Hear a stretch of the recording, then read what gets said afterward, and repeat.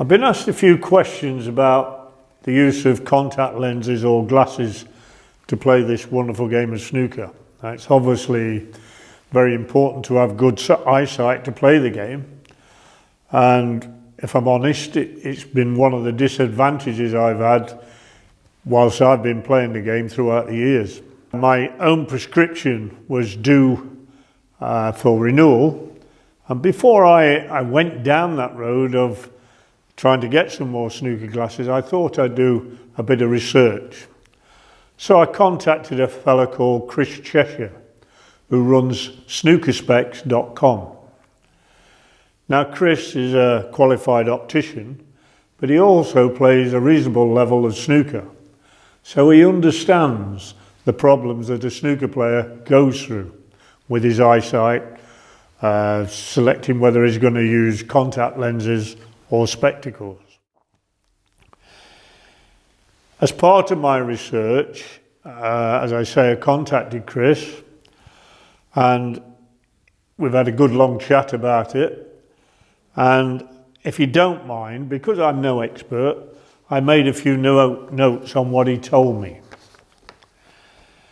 Now, the first thing is that I think you'd be very surprised, I certainly was, as to how many professional snooker players wear contact lenses. There are quite a few, I can assure you. And wearing contact lenses has certain advantages. Because the lens is in contact with the eye and it moves with the eye, the wearer is always looking through what is known as the optical centre, or as Chris calls it, the sweet spot of the lens. Because there is no gap between the contact lens and the eye, the image remains the same. It's the same size as when you're not wearing any correction. As an interesting point on spectacles, as he told me, is if you're long-sighted, the image you receive is bigger with no correction, and if you're short-sighted, the image is smaller with no correction.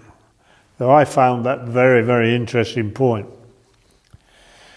If someone is not used to wearing glasses, and this is an important aspect, if you're not used to wearing glasses all the time, the brain, which is a vital part of the seeing process, the brain can be fooled by this image size difference into thinking that you are further or closer away from the balls. So worth bearing in mind. Wearing contact lenses, there are some disadvantages, however. In air-conditioned rooms, contact lenses prone to drying out, causing them to become uncomfortable and reducing the quality of the vision.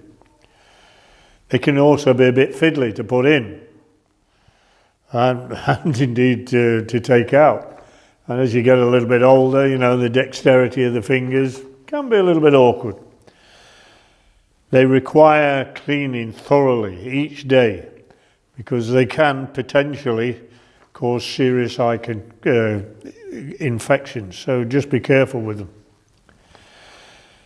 If you don't fancy wearing the contact lenses, then snooker glasses are the option. And for me, I tried contact lenses in my early days, but I just couldn't get on with them at all. So I reverted back to glasses. My first pair of snooker glasses were an old-fashioned pair of glasses which have a double hinge, what we call swivel lens. You've got a hinge going that way and a hinge going that way. As I say, they were slightly old-fashioned, a little bit cumbersome. So I reverted to what was known as the Dennis Taylor type of glasses, where the big lens. I find these very, very heavy to wear, and ordinary opticians, they don't understand really the problems that a snooker player has. If you don't raise this optical centre, shall we say, you're looking through the wrong part of the lens because of the angle of our heads while we're playing. And if you don't get that angle correct, then for me the balls were going elliptical, which was really, really off-putting. So then I went back to the swivel lens, but a more modern pair, and I found these quite good, and up till recently that's what I've been wearing. As I said, my prescription was due for renewal, and before I went down the road of renewing it and getting a new pair of glasses, I decided to do that research. What I'd like to mention from my notes that I've made through the information that Chris gave me, because of the abnormal head position, we're not looking through the centre of the glasses. And we're not looking through the glasses at the correct angle. A good pair of snooker glasses will be made to compensate for these factors. It's again very, very important. Normal everyday glasses are set so they sit at an angle of around 7 to 10 degrees to the plane of the face. This is what opticians call and is termed the pantoscopic tilt. Snooker glasses need to be set so they tilt in the opposite direction, away from the cheeks. This is termed the retroscopic tilt. The other really vital point for me is that it's important the centration of the lens. The lens should be set so that where it's looking through the sweet spot of the lens, the optical centre. If you are long-sighted, the optical centre is the thickest part of the lens. If you're short-sighted, the optical centre is the thinnest part of the lens. The glasses need to be manufactured to ensure that the optical centres align with the player's viewing position when comfortably down on the shot. They also need to be as light as possible, which doesn't go hand in hand with these huge lenses that are sitting in a frame. To me, it's so uncomfortable to wear, and quite honestly, they're not suitable for the purpose. So I, as I said, contacted Chris, and he made me a pair of glasses. As I said, he's an optician that plays snooker. He understands the problems. Now these are set at the correct angle for me personally. They're also very, very light. Very light indeed. I'm almost unaware that I'm wearing them. Fantastic. On a couple of final points I'd like to mention, and if you don't mind I'll refer back to my notes. When you get a prescription for your glasses, it needs to be adapted for the snooker player. We're not dealing with purely distance correction as you would be, say, if you was getting a pair of driving glasses. We require a very specific focal range between 3 and 15 feet, so you can see the balls clearly over that distance. A good optician providing you with snooker glasses will take those requirements into consideration. So please be careful.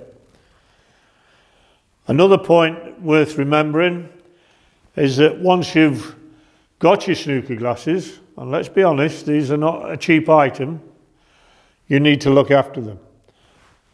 And probably the best way, which I've been advised, is to get these individual wipes. They're individually sealed, sterilised, no chance of them being impregnated with any foreign matter like grit, which will have the possibility of scratching the lens. And what I do is use one side to clean one lens, turn it over, and then clean the other one. A little habit that I've required, that I've adapted. I'm not saying you should do this, but once I've cleaned my glasses, I'll also just give it a quick wiper on my cue, and that just cleans any dirt off the cue, makes it lovely and smooth. So from there, I've got my new snooker glasses. I'll get down to play a shot and everything is nicely in focus. Yeah, I can see everything clearly, even the edges of the balls, which is one of the problems I've had in the past. So from there, everything's nicely in view, and hopefully my snooker will improve. So if you're having a few problems with your vision, you can't quite see the edges of the balls clearly, or they go out of focus occasionally, perhaps it's time to go and get your eyes tested. Go and see an optician. Just make it clear to that optician that there are certain points that you require. You don't want ordinary glasses. These are designed specifically for you to play snooker. So please make those points that we've mentioned in the video, make them available and clear to your optician.